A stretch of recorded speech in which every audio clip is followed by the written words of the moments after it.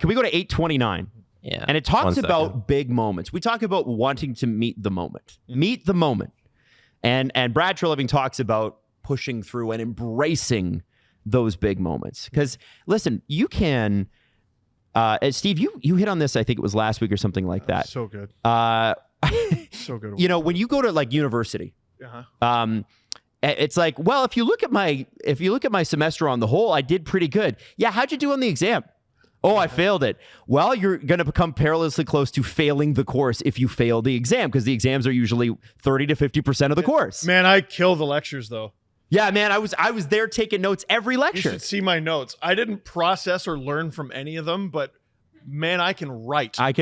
In fact, sometimes I record it and get AI to transcribe it for me afterwards. I'm so smart. Listen and write. Learning isn't about regurgitation. It's about application. So let's talk about those big moments where the Leafs didn't come up big enough. 829, Jesse, go ahead. We had a good start. I know we all talk about 5 and 7, and we'll get to that.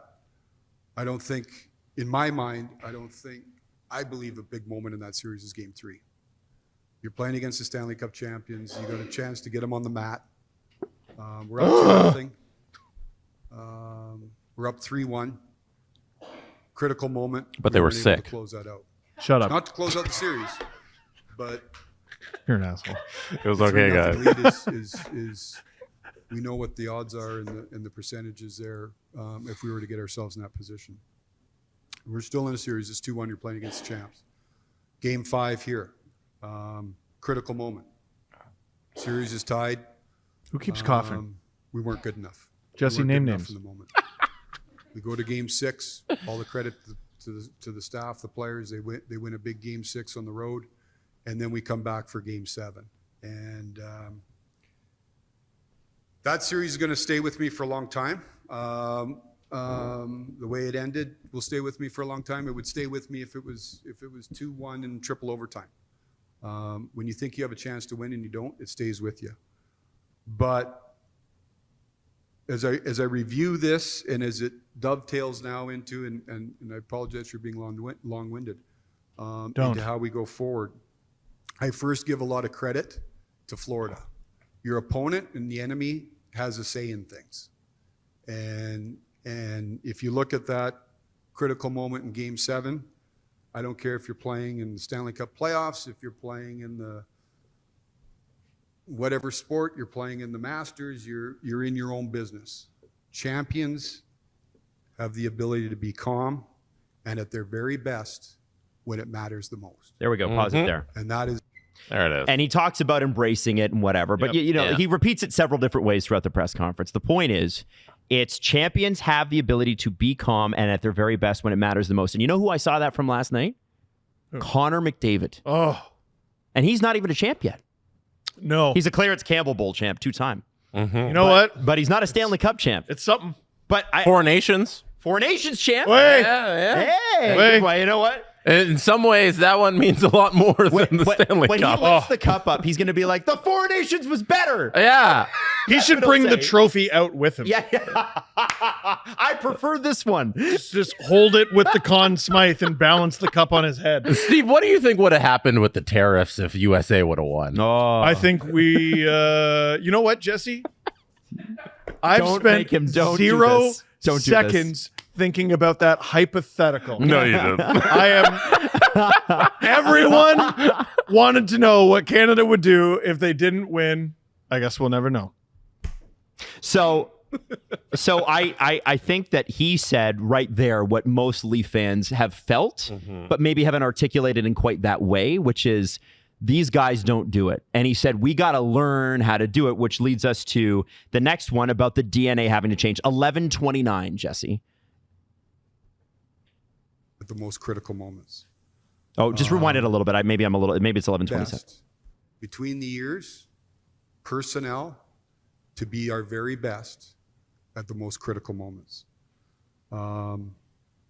There's some DNA that has to change in our team. That's one thing that I found. If you keep getting to the same result, and that's not to dismiss a lot of the good that happened up until KC dismiss. When you keep getting the same result, I there's like some that. DNA that needs to change.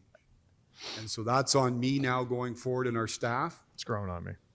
Although we've been done for a little bit, we've just now started, talked about the changes that have happened in the organization the last few days. We've now started the planning, and it's early for putting together our team for 25-26. So, that comment was that if there was a headline of this press conference, I think it was the DNA one. Jesse, Yes, 100%. So when he says that, what was the reaction in the room? He does not say much afterwards. Yeah. Like that's the truth of the thing. He says in there, he says we need to change the DNA of the team. And then now we're going to do the planning and the moving forward. And that's kind of his answer on everything else. You asked him about Mitch. It's we're going to sit down and we're going to plan about it. But he gives a little insight on what happened post Game 7. We'll do that and all that stuff. And JT is kind of the same thing.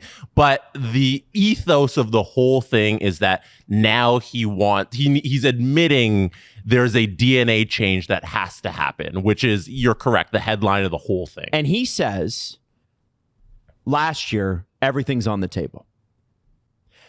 Yes. And this is where I, as a Leaf fan, need to send a big old warning to management. Mm-hmm.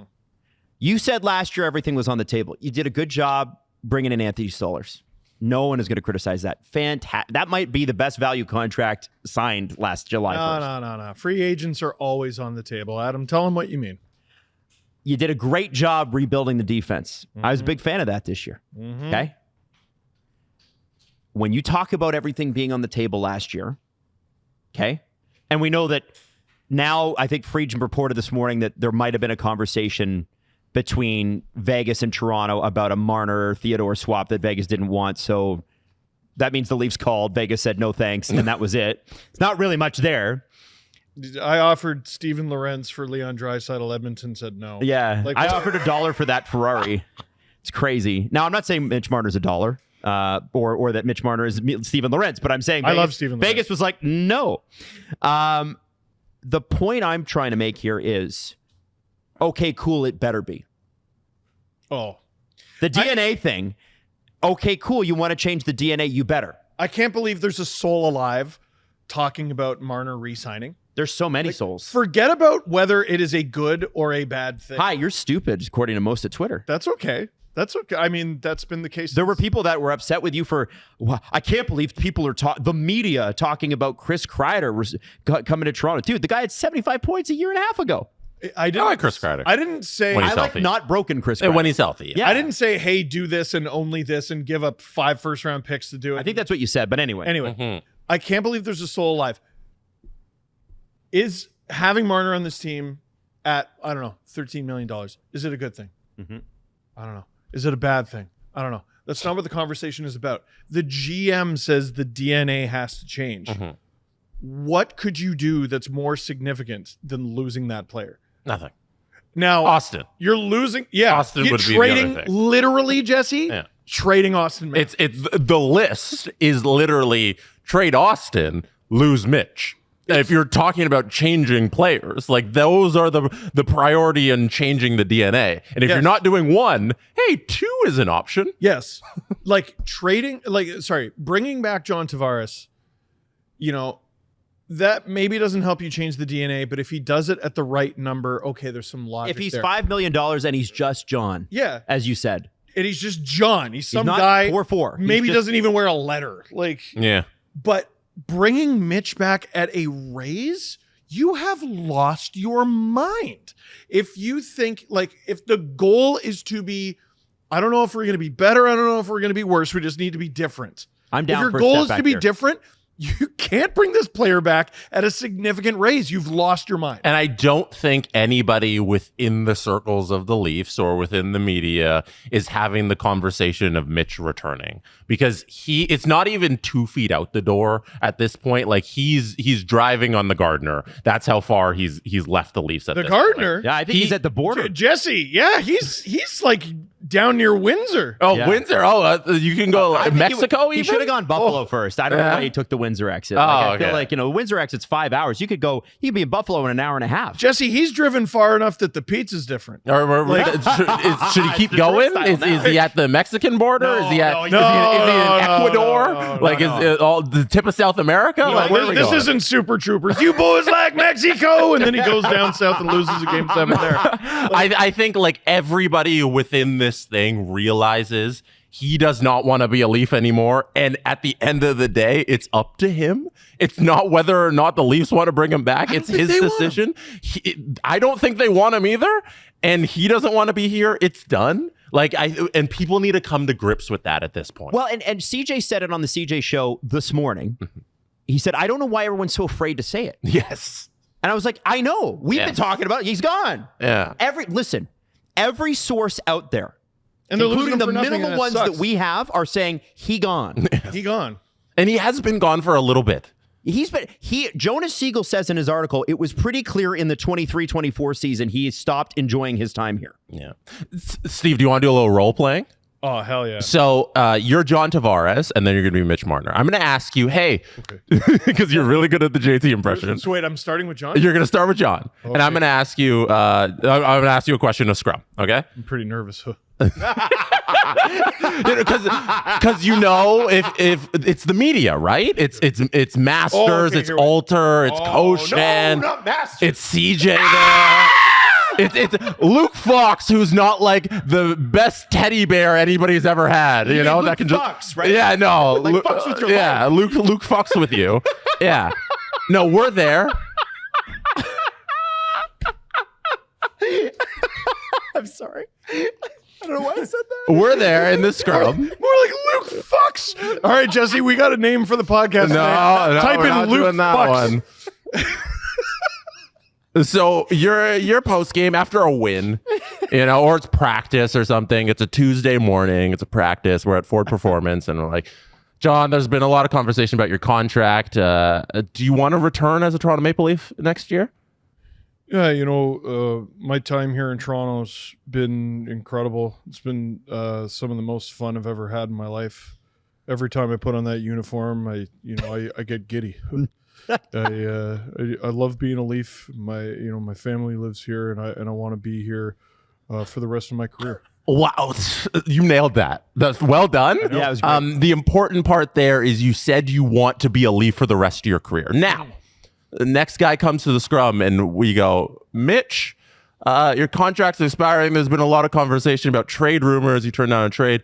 Do you want to return to the Toronto Maple Leafs next year, Mitch? Yeah, like I said, just waiting for the end of the season. I haven't even processed that yet, and we'll think about it. I've really enjoyed my time here, and It's actually not bad. being That's a really Leaf. good. And Got a flush game set. we'll see what the summer holds. You got to flush games. Yeah, you got to throw in. We got to flush that one. We gotta flush that, and gotta flush it. That's actually really good. I know. CJ, like he thank God he said it yesterday. But we've been asking this guy for 365 days, for 82 games a season, every practice, in all these scrums, every playoff game. Hey, you want to be a Leaf next season? And he's had the layup to just say yes. And he's never said it. And there's a reason he hasn't said it. It's because he doesn't want to. He doesn't want to return to the team, and he's done, and he's gone. And we all have to accept that. That's okay. I don't blame it on him. I don't blame it on him either. I don't. I mean, I wish it had gone better, but I don't blame that on him. I think there was a time where, his no move kicked in.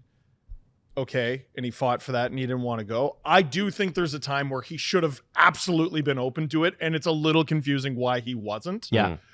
This season, not accepting a trade, I would have made the exact same decision as him. Yeah.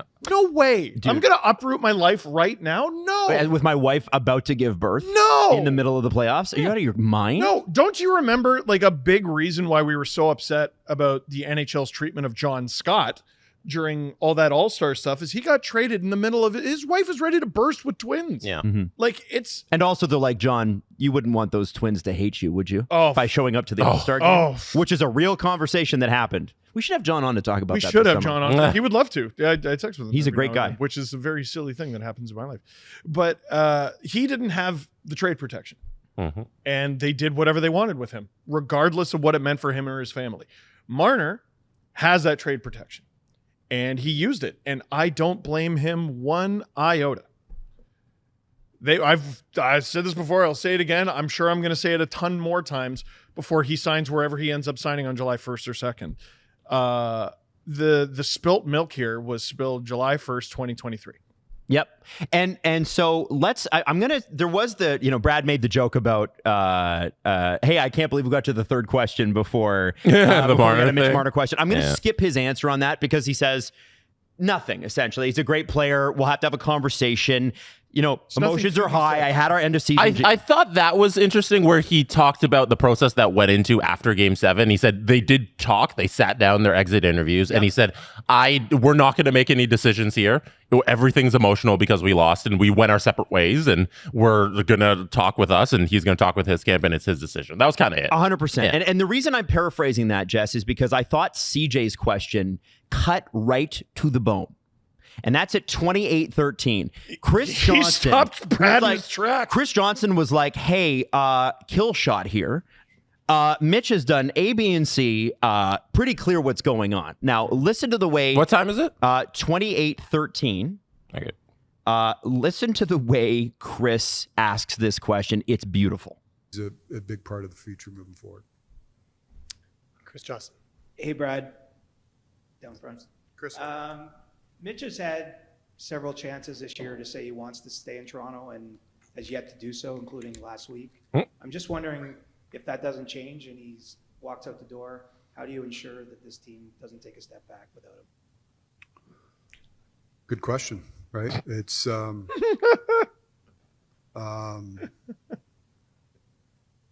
there's not a hockey tree out there that you just go and pluck the player off of.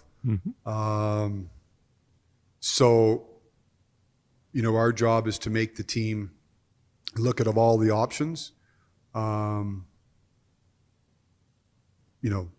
That's what we got to go through here right now. I can't sit here and give you a definitive answer. We've got to, number one, go through the process with Mitch, right? He's doing his our best. Staff is in the process now of looking at all different outcomes. But we've got to kind of drive what we think is the best outcome. And like I said, in Mitch's case, he's got a say in the matter.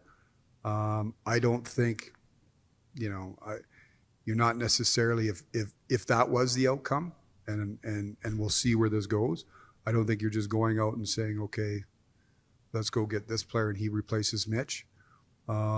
Maybe that's where I talked about we have to change a little bit, right? We have to change the makeup of the team.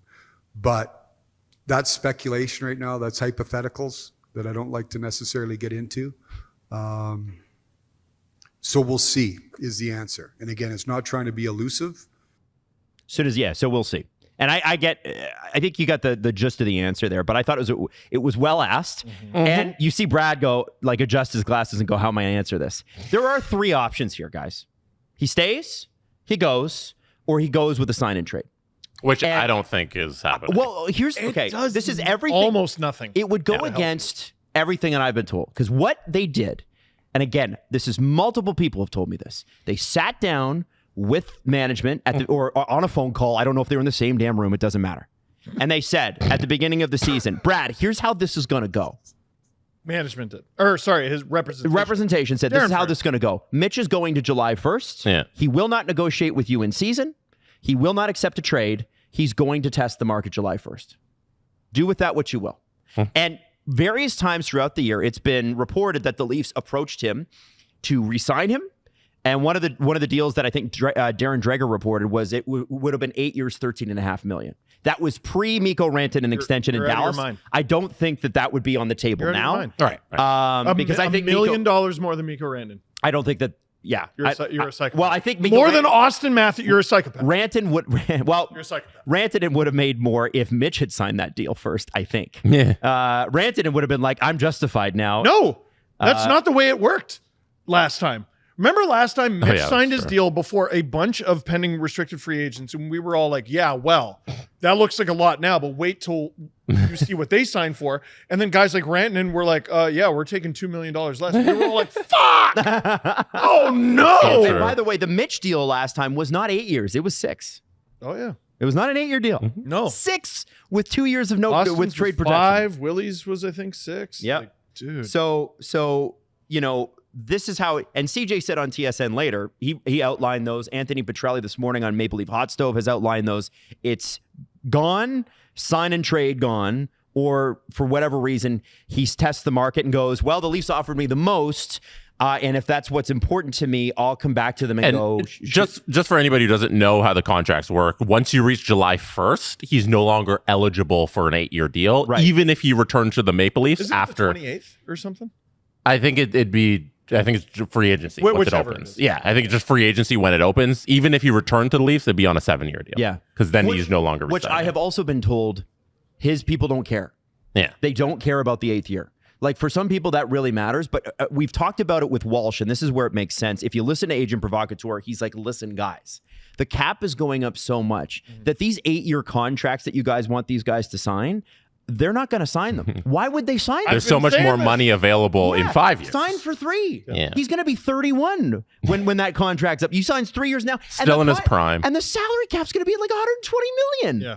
Come on. Yeah. Now, here's what I think's going to happen. He's going to July 1st, and he's going to have 2 options there, okay? He's going to take a crazy amount of money. People are talking about like, oh, Anaheim's got 30 million in cap. They can offer him 15, and they might. But he's going to look at that and go, my understanding is he wants to play for a team that can win. He doesn't want to go to a rebuild. He wants a team that can. I'm so sick of hearing that. Well, I mean, Oh, I want to go to a team that's hot ass. I want to go to a team that absolutely stinks. I want to go to a team that borderline doesn't belong in the league. because they Like, will have who more money. says that? They will have more money. So if he wants to be like record-breaking contract, it's going to be with teams like the. Sharks, I want to go the to a hunk of Blackhawks, the shit. That's a good point, Steve. I'm gonna, you know what? 13 and a half. Like, I'm going to do 5 mil, 8 years, Buffalo. Because I don't even want to, I barely want to show up to the Yeah, rink. but when less of a player, but Radko Gudas. When Radko Gudas signed with the Ducks, he didn't sign with the Ducks because he was like, man, this team's definitely going to the playoffs. No, they gave him a shitload of money. Yeah. Well, and so that It made him captain, It's a but- question of what you want, right? Yeah. And so I think in this particular case, obviously they want money, but I also think that winning is extremely important. So he wants to go to another team that's going to be in the playoffs next year, ideally. And so, you know, whatever it is when you're doing your projections on where he can end up, I think that's got to play a huge factor in it. And I know teams are going to come in and Hail Mary him. I would not be surprised to see the Sharks and Ducks and whoever else, you know, why wouldn't you call if you're the Blackhawks and go, do you want to play with Bedard? It'd be pretty sweet. Yeah. The rest of the team's going to suck ass for a couple more years, but we'll pay you a fortune. They might stink for a little while, but no one's going to care while you do. And then you'll be good. But he will care. He will care. He wants to win. Because you know why? He wants to prove to everybody that actually, no, I can get it wrong, or I can get it right. The problem is in the Leaf dressing room. So he wants to have his cake and eat. That's what I would think. I don't know that. Well, you're going to have a hard time. Well, listen, there's going to be, I think that just about any team in the NHL not picking up the phone to Mitch Marner is crazy. And I think if you don't think those comments after the Florida series were a sales pitch, you're out of your mind. Oh, yeah. You're out of your mind. Marchand, Tkachuk, and Paul Maurice. Who do you think Paul Maurice was talking about in the "you're going to kill these guys"? Oh, yeah. Who do you think he was mentioning? Mitch. Because guess what they want? They want Mitch. and guess who has been, like Darren Drager, probably the most hooked in on this. Guess who he mentions? Carolina, Dallas, Florida, Vegas, Now- and Utah sometimes. I wonder Where do you think this is going? I wonder The if we Florida get- wants him. I wonder if we got a Nazem Kadri situation with Marner in Carolina, because he refused to go there. But, you know, a few months pass and the dollar figure's there and Carolina doesn't have to give up assets to get. You know what? Yeah, I am going to go. Kadri could have gone to Calgary. He refused it. Wasn't because he didn't want to go to Calgary. He wanted to be a Leaf. Yeah. What if, you know what? Fuck you guys. You wanted Rantanen for me. I got this great idea. You're going to love it when you hear it. You ready? Go fuck yourself. I'm going to sign there as a free agent. You get shit. You get Nothing. And I You get an lose easier the case. division. And I get an easier division. Yo, we need to have a Metro Division conversation. It's always been 7 the straight Midtropolitan. years. Midtropolitan. 7 straight years with an Atlantic team in the Stanley Cup final. 8 Atlantic teams out of the last 7 years because it was Atlantic versus Atlantic in 2021. Right. Absolutely crazy. So, I want to play for a shitty as team. far as Treliving, Don't you? as far as, well, at a certain point, like free agents do need to sign a certain place. Look at Buffalo. They do sign people. It's just really expensive and they stink. Every player who signs in Buffalo does it with the air of, oh, I fucked up. Yeah. Yeah, Jarmo Kekalainen's there because things are going crazy. We're Yeah. gonna talk about that.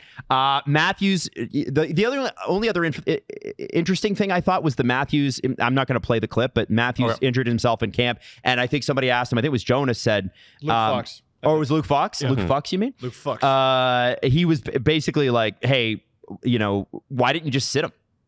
And I guess the sense was that at certain times it would be fine, and then other times it flared up. And When he was playing, he was good. So you don't sit him when he's Not good always. to go. Not always. But like he was good at a point where like he can play. You know, he's good. that was the reasoning Treliving gave. Is like still when he was scored- playing, he was good, and he played at an elite level. So you can't like sit him when he's good to go. Matthews' level is so ridiculous because he still performed at like a 35, 40 goal pace and a 90 to 100 point pace. Right. And we're like, man, this guy stinks. He looks Yep. like a shell of himself. yep. His standard's so high So, So in the regular season. so that kind of wraps the press conference for me. I listened to the rest of it. Like, there's questions about like how the reporting is going to go, like in terms of like, Brad reporting to Keith Pelly now directly because they knew each other, but like they weren't like talking to each other all the time. I think his life got easier. Probably did. Jesse, when you walked out of that press conference, what was the overall sense of what you felt? It was long.